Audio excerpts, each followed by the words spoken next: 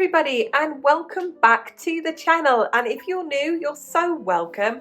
I'm Jane. My husband Mike is behind the camera. We're British early retirees, debt and mortgage free, and living a thrifty, frugal and money saving life on a super tight budget here in Brittany in northwest France. And every Sunday we share an aspect of our personal life with you, and today we're going to share an aspect of our upcoming finances for 2023.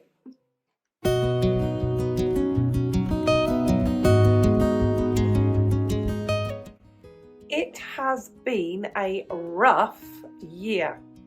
I can't think of any country that doesn't have rising inflation. I can't think of any country that hasn't had rising energy prices or rising food prices or rising prices for any of the basics that we all need and have absolutely no choice but to buy.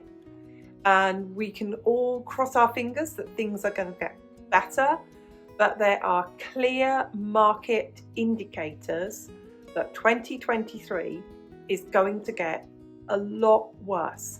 So I'm going to be sharing with you figures from France, which are pretty indicative of European prices, not as high as some countries, but they're certainly not low, about things are going to get a lot worse. And I really hope all those people are wrong, but so far they haven't been. All those things that are going to get a lot more expensive, that are going to challenge our budgets even more. And what can we do about it?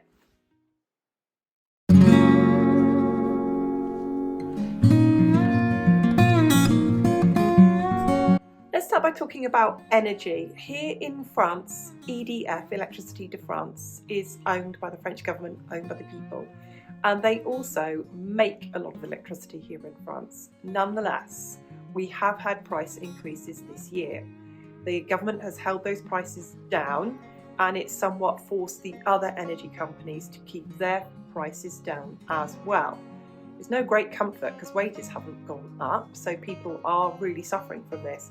But the biter that's coming next year is a 15% increase in the spring.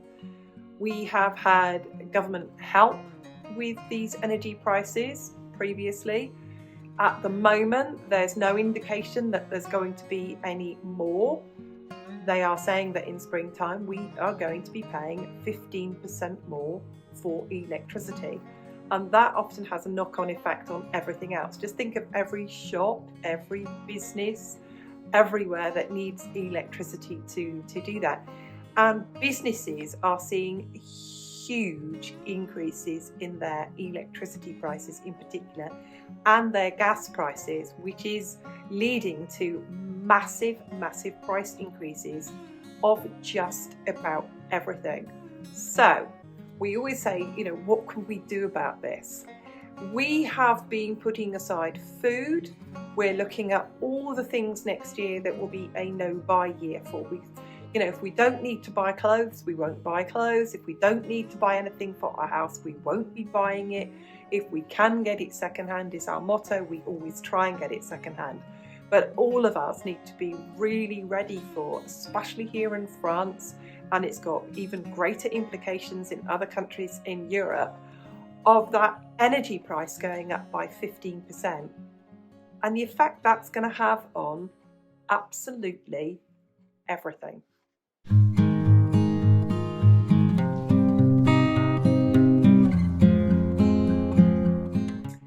Now let's talk about vehicle fuel prices. So here in France, over this year, to support people with those rising prices, what we have had is a reduction in the tax on fuel. So those tax fuel reductions are coming to an end. Private individuals, according to the news, are going to have some kind of financial support and can claim for that. But there wasn't anything there saying about how big businesses are going to have any reduction, and it looks like they won't. So, just like the energy prices on electricity and on gas and how that is passed on to the consumer, those fuel prices have to get passed on as well. And we look at things as well around the country that are affected by those fuel prices. So absolutely everything. The cost of removing and recycling our waste. Won't that have to go up as well because of those electricity, gas, and now vehicle fuel prices increases? So that's our council taxes, our tax foncière that we have here, our recycling charges, all of those things. They'll have to go up as well. And anything that moves, anything that is delivered, anything that comes to the supermarket, anything that comes to a store in a vehicle, those prices are going to have to be passed on. So we are going to see those prices on absolutely everything. So it's not just one increase, is it? From electricity and gas being increased in price, but also adding to that, the increase in fuel for vehicles. That's two increases added onto everything. And we can see from that, we are going to look at really, really massive increases. I hope everybody is wrong. It's going to be great. If everybody's wrong and I'm wrong, that's fantastic. All's good. But it's not looking like that, is it? So we are, and I always say this about assume brace position, it's always best to know what is coming. Now, we are retirees. We don't have to go to work. We don't have to go anywhere. But we are still extraordinarily mindful of our use of our car. So if we need to go anywhere, we need to go to the DIY store and get something, we need to go to the supermarket, we need to go and get something from the vet for our dogs, we make sure that we do that all on one trip, that we aren't making any unnecessary trips with our car, because we're seeing those increases and we don't need them passing on to ourselves.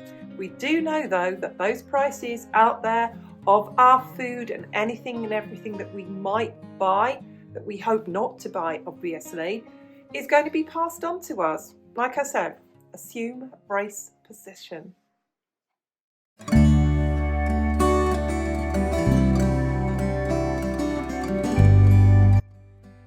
Now let's talk about the news about food, and I'm going to talk about France in particular. And we have a giant supermarket retailer here which is massive across the entire country, and the spokesperson from that company was on the news talking about the percentage increases coming online for all the staple food products, and lots of them were massive. They were well over 10%. They were some of them into the 40%.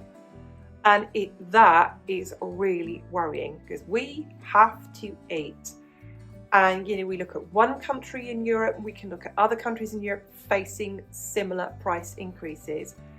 And we've already got those circumstances where we're making really different decisions about what we eat just to keep within our food budget. And we're going to have to be even more food stretching. Even more, add more rice, have more soup, eat more vegetables that are in season, eat a lot less meat, eat a lot less fish. All of those things, eat a lot less food that you would buy. And often people say, well, you don't really buy processed food, Jane. Often, if I look at the reduced food section, it is made food, and some of that adds to our overall food supply. Things like tinned food, we're seeing massive increases in tinned food. We're seeing massive increases in just the basics. Pasta, flour, from lentils to beans to all of those things, tinned vegetables, tinned fruit, frozen food. All of those things that are the very average family staples. We've seen huge increases over 2022. And it is really worrying as a consumer to know that those increases are coming. And don't forget, the supermarkets don't pay just on that day and just on that week like you and I do. They're buying up commodities, they're buying up big supplies into the future, and they're already knowing how much they're having to pay in the future. Yes, the prices go up and yes, the prices come down, but in the main, they know absolutely that they are paying from January onwards a lot more for the food that they're buying into the supermarket. Like I said, so let's add those three things together now. Increases in energy prices, increase in fuel for vehicle prices, and increase for the price of food itself. those three things get lumped on to everything we buy in the supermarket. It's not just the increase in food prices themselves and the continued shortages of some food supplies. So what are we doing about it as a family? Throughout 2022, we saw this kind of coming, and we've been putting away as many pantry staples as we possibly could, and things that we also buy, from laundry detergent to shower gel to soap to bathroom tissue, all of those things. And we don't have a massive stockpile. We don't have a basement with shelves full of it at all. We've just got a few more because we're just a couple that we've put away for us, because we know the food prices and all the prices are going up. There isn't much that we can do about it, but what we can do, and we've still got a few weeks left of 2022, is what we can put away, we are putting away.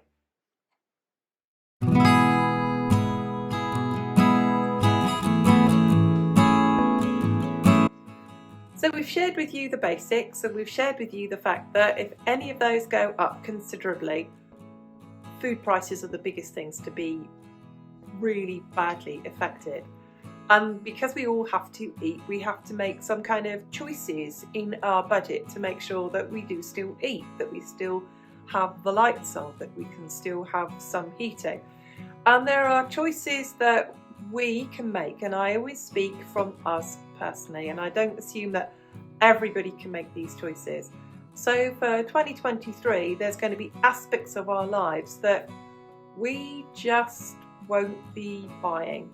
So let's put this out there to you. We already very rarely eat out. In 2023, we ate out 3 times. We probably went out for coffee 6 times over the year. So we really won't be cutting back drastically over 2023. We certainly won't be eating out any more than those times. That's just not going to be happening. But there are things that we just won't be buying. In 2023, we've already made the commitment that we will not be buying any clothes in 2023. And what we will do with our clothing budget, which is usually €600 for the year for the 2 of us, is that we're going to use that 600 for the year to buy extra food if needed. It's important that we eat. Our health is important. You can't just live off rice and beans. Well, you can live off rice and beans, but I don't personally want to.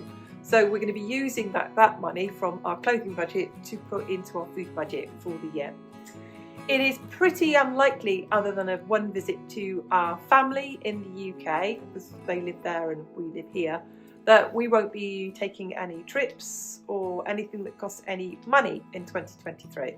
So again, we'll be using that money that we'd normally put aside, about €500 for trips and days out, and we had a week away in 2023, is that money is going to need to go to pay for our extra energy costs, because that's going to happen in the year. And we still have to cook. We still have to use the washing machine. We still need hot water for showers, and all the prices of that is going to go up. And then we look at anything else that we might want to do in our house for a year. This might be the year that we just don't do any of it. So we've got a few projects online that we need to finish, and it's predominantly our barn. So other than our barn and buying gutters for our barn, and the planning consent when we refurbished our barn was that we put metal gutters on. They're made of zinc, I think, zinc gutters on our barn. So other than that and the finishing off of our barn, there really isn't anything that is vital. So 2023 for us is going to be a year of readjusting our budget so we can still eat properly, readjusting our budget so we can still take a hot shower and cook and use the oven, and using our car a lot less, not taking any trips other than to see our family, cutting back on things like money that we would spend on gifts and anything that we would like to buy for our house. And we also want to share with you that, when we looked at buying things for our house, for example, we wanted to get something called a click-clack bed, so a sofa that turns into a bed.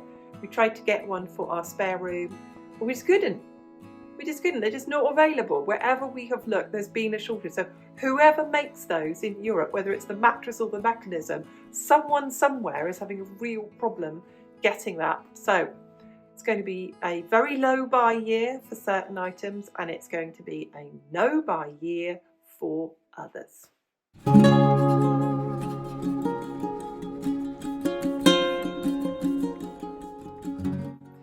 Now, no one likes to share bad news, but as thrifty and frugal people, we budget ahead. We always think about where our money is going to go, and we make provisions for that, and we make plans for that. And at this time of year, we're obviously looking at our 2023 budget as a whole, how it's going to change, how we have to flex, how we have to get some kind of balance in our life, because as I say at the beginning of each video, we live on a super tight budget, meaning with our budget we prepare everything, as I said to you, where our money is going to go, so we don't leave ourselves short, so we don't leave ourselves unfed, so we don't leave ourselves unheated. But I always like to be reflective, and I want to press the point that we are fully aware that there are people in more and more desperate circumstances here in Europe and the mainland, and here in other countries as well, making really dire life or death choices about heating or eating. And we are well aware that we, as people who have enough income, and that's where we're coming from, we have enough income, are able to brace ourselves for these price rises. So if you are one of those people who has price rises coming up, because we have a very much a sharing community here, it's not just us who read the comments, we know you read the comments, and we love to see those little chats that develop between you all as you comment backwards and forwards to each other. Where are you? What price rises are you preparing yourself for 2023?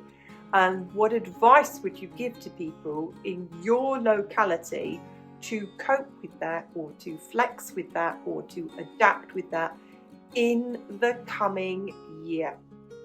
So everybody, thank you so very, very much for watching. We really do appreciate that. We appreciate every single one of you who hits that like button.